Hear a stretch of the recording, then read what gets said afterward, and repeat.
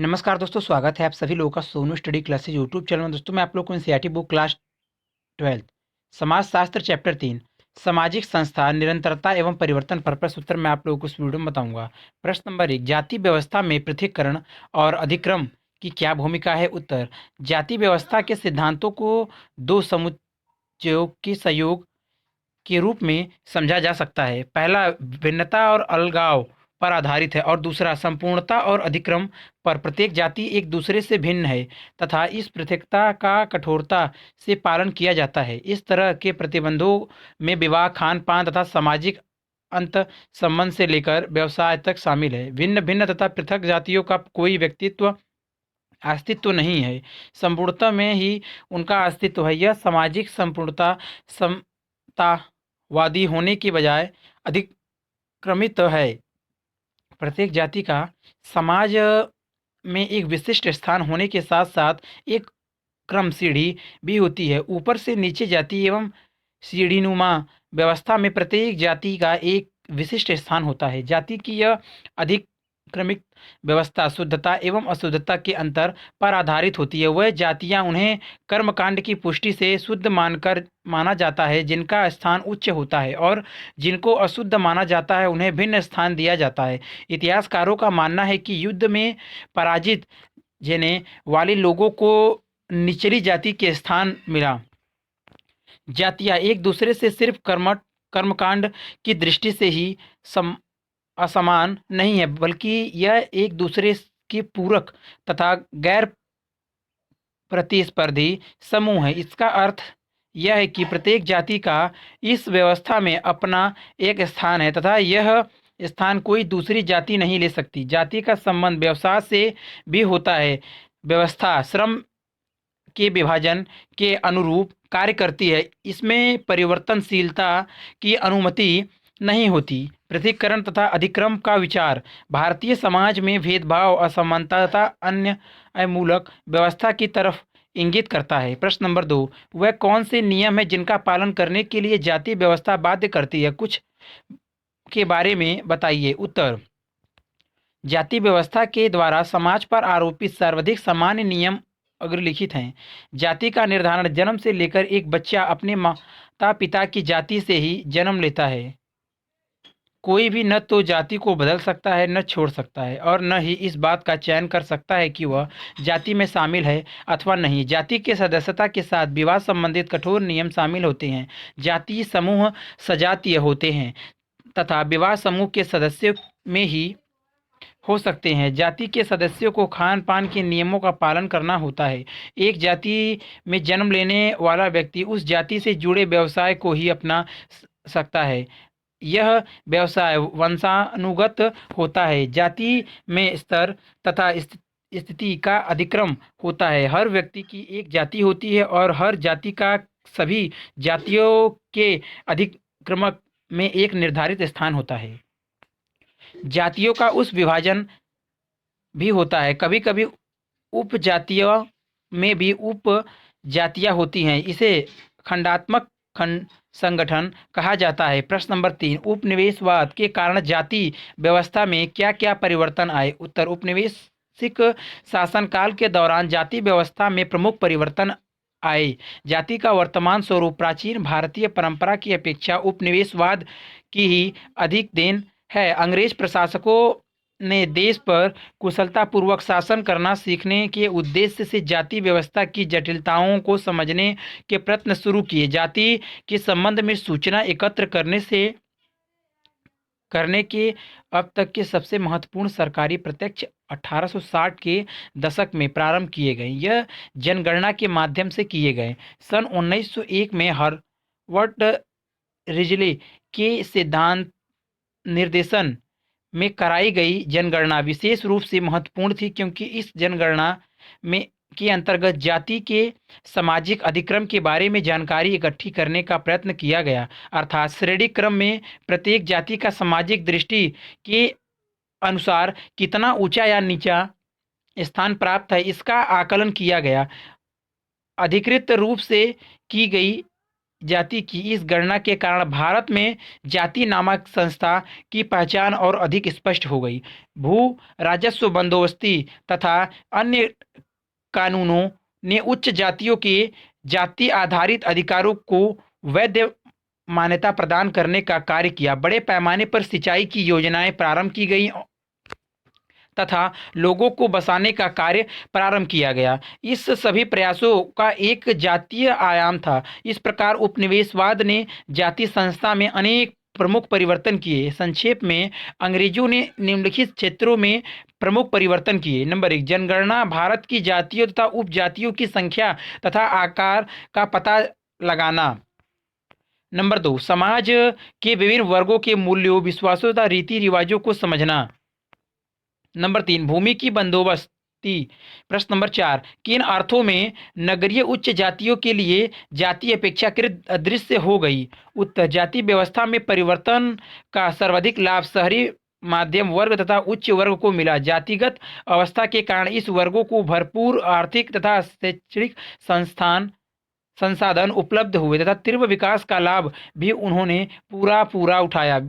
विशेष तौर से ऊंची जातियों के अभिजात्य लोग आर्थिक सहायता प्राप्त, सार्वजनिक शिक्षा, विशेष रूप से विज्ञान, प्रौद्योगिकी, चिकित्सा तथा प्रबंधन के क्षेत्र में व्यावसायिक शिक्षा से लाभान्वित होने में सफल हुए। इसके साथ ही स्वतंत्रता प्राप्ति के बाद के प्रारंभिक दशकों में राजकीय क्षेत्र की नौकरियों में हुए विस्तार को भी लाभ उठाने में सफल रहे। समाज की अन्य जातियों की तुलना में उनकी उच्च शैक्षणिक स्थिति ने उनकी एक विशेषाधिकार वाली स्थिति प्रदान की। अनुसूचित जाति, जनजाति तथा पिछड़े वर्ग की जातियों के लिए यह परिवर्तन नुकसानदेह साबित हुआ। इससे जाति और अधिक स्पष्ट हो गई। इन्हें विरासत में कोई शैक्षणिक तथा सामाजिक थी नहीं मिली थी तथा उन्हें पूर्व स्थापित उच्च जातियों से प्रतिस्पर्धा करनी पड़ रही थी। वह अपनी जातीय पहचान को नहीं छोड़ सकते थे। वह कई प्रकार के भेदभाव के शिकार हैं। प्रश्न नंबर 5, भारत में जनजातियों का वर्गीकरण किस प्रकार किया गया है। उत्तर, जनजातियों का वर्गीकरण उनके स्थायी तथा अर्जित लक्षणों के आधार पर किया गया है। जनजातीय समाज का वर्गीकरण स्थायी लक्षण, अर्जित लक्षण। भाषा के आधार पर वर्गीकरण इंडो आर्यन 1% जनजातियों द्वारा बोली जाने वाली, द्रविड़ीय 3% जनजातियों द्वारा बोली जाने वाली, आस्टिक पूर्ण रूप से जनजातियों द्वारा बोली जाने वाली, तिब्बती से वर्मन 80% जनजातियों द्वारा बोली जाने वाली। क्षेत्र के आधार पर वर्गीकरण उत्तर पूर्व असम 30%, अरुणाचल, मेघालय, मिजोरम, नागालैंड। पारिस्थितिकीय अधिवास के आधार पर राजस्थान, गुजरात, उड़ीसा, झारखंड, छत्तीसगढ़, महाराष्ट्र, अरुणाचल प्रदेश, मध्य प्रदेश। राज्य की संख्या के आधार पर उत्तर पूर्व शेष भारत। आकार के आधार पर वर्गीकरण, शारीरिक विशेषताओं के आधार पर वर्गीकरण, मंगोलाइड, ऑस्ट्रेलाइड, निग्रिटो, द्रविड़, आर्य।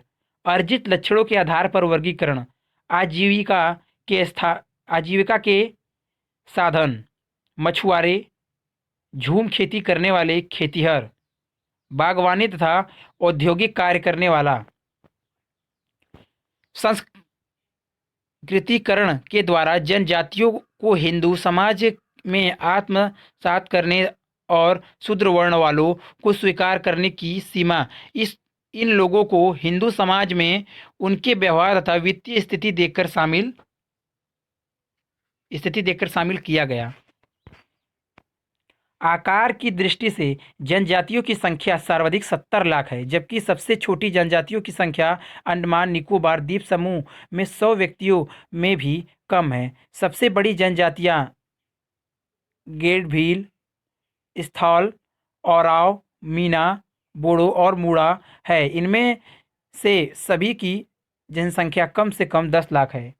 प्रश्न नंबर 6, जनजातियां आदिम समुदाय है जो सभ्यता से अछूते रहकर अपना अलग थलग जीवन व्यतीत करते हैं। इस दृष्टिकोण के विपक्ष में आप क्या साक्ष्य प्रस्तुत प्रस्तुत करना चाहेंगे? उत्तर: यह मायने का कोई कारण नहीं है कि जनजातियां विश्व के शेष हिस्सों से कटी रही हैं तथा सदा से समाज का एक दबा कुचला हिस्सा रही है। इस कथन के पीछे निम्नलिखित कारण दिए जा सकते हैं। नंबर एक, मध्य भारत में अनेक गूढ़ राज्य रहे हैं, जैसे गढ़, माडला या चांद।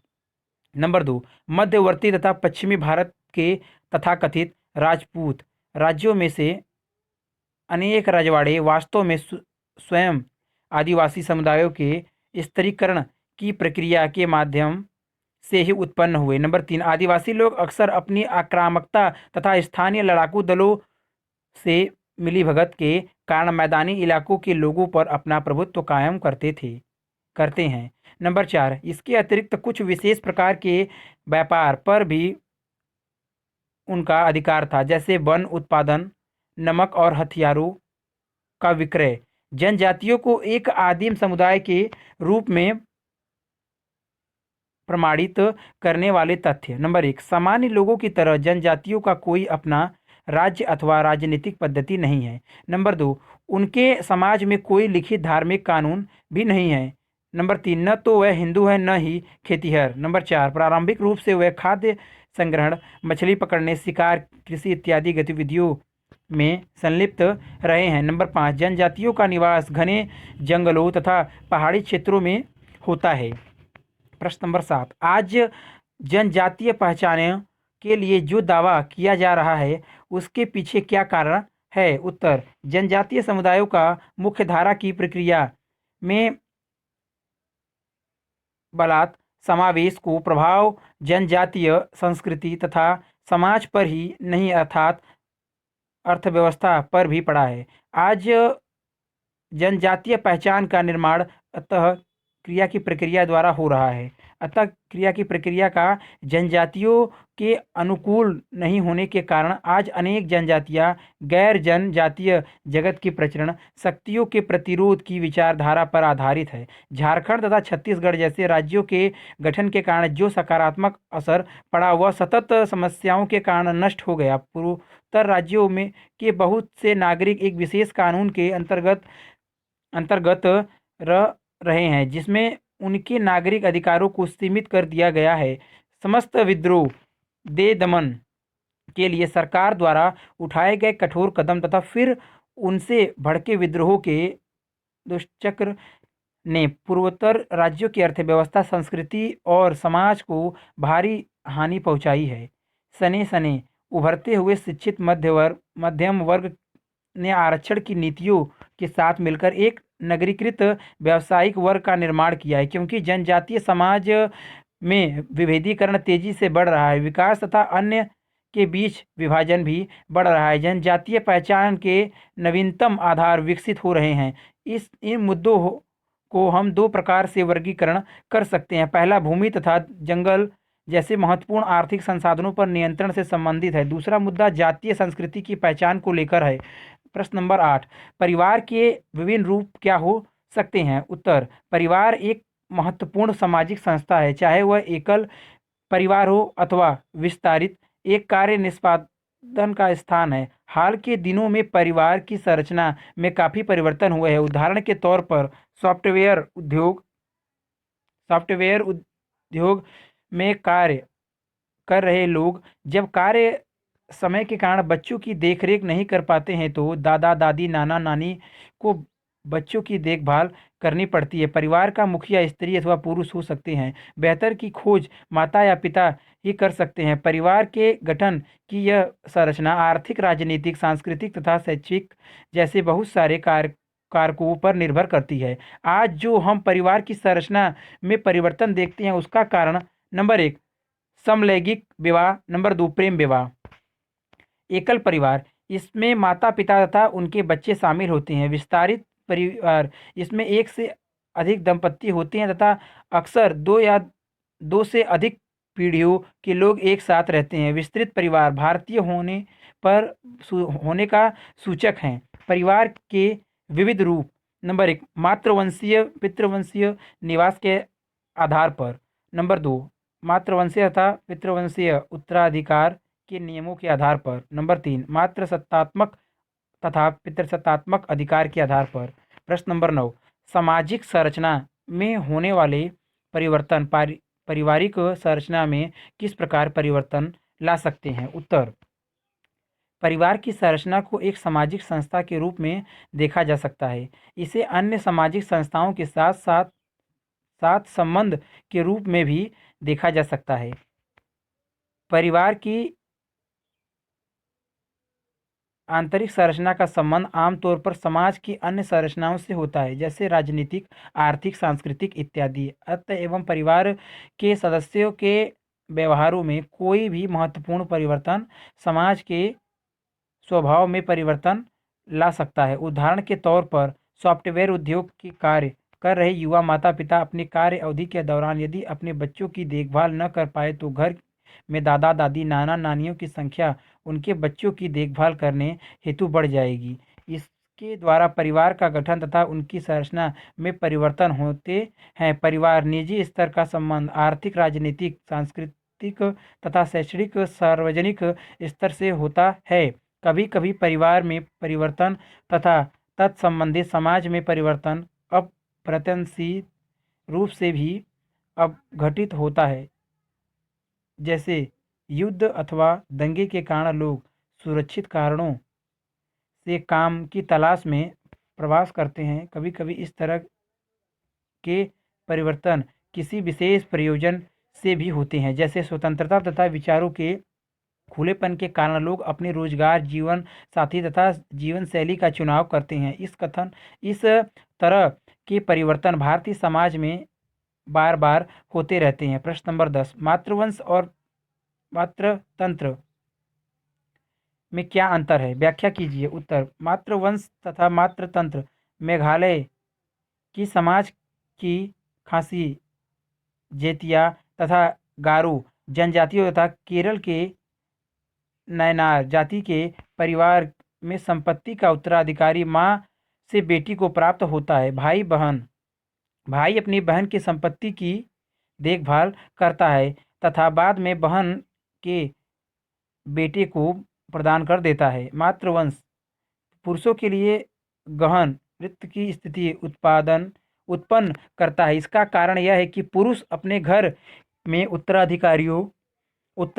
उत्तरदायित्वों के निर्वहन के दंड में फंस जाते हैं। वह सोचते हैं कि मैं अपनी पत्नी और बच्चों की तरफ ज़्यादा ध्यान दे कि अपनी बहन के परिवार पर। यह भूमिका दंत महिलाओं में भी समान रूप से होता है। उनके पास केवल प्रतिकारात्मक अधिकार होता है, असली सत्ता पुरुषों के पास ही होती है। मातृवंश के बावजूद शक्ति का केंद्र पुरुष ही होते हैं। इस तरह के समाजों में महिलाएं अपने अधिकारों का प्रयोग करती हैं तथा एक प्रभावशाली भूमिका का निर्वहन करती हैं, किंतु व्यावहारिक रूप से यह एक सैद्धांतिक अवधारणा ही बनकर रह जाती है, क्योंकि स्त्रियों को कभी भी वास्तविक प्रभुत्वकारी शक्ति प्राप्त नहीं होती। वास्तविक रूप से यह मातृवंशीय परिवारों में भी विद्यमान नहीं है। अगर वीडियो अच्छी लगी तो वीडियो को लाइक करें, शेयर करें, कमेंट करें और नेक्स्ट वीडियो के लिए चैनल को सब्सक्राइब जरूर करें। Thank you for watching.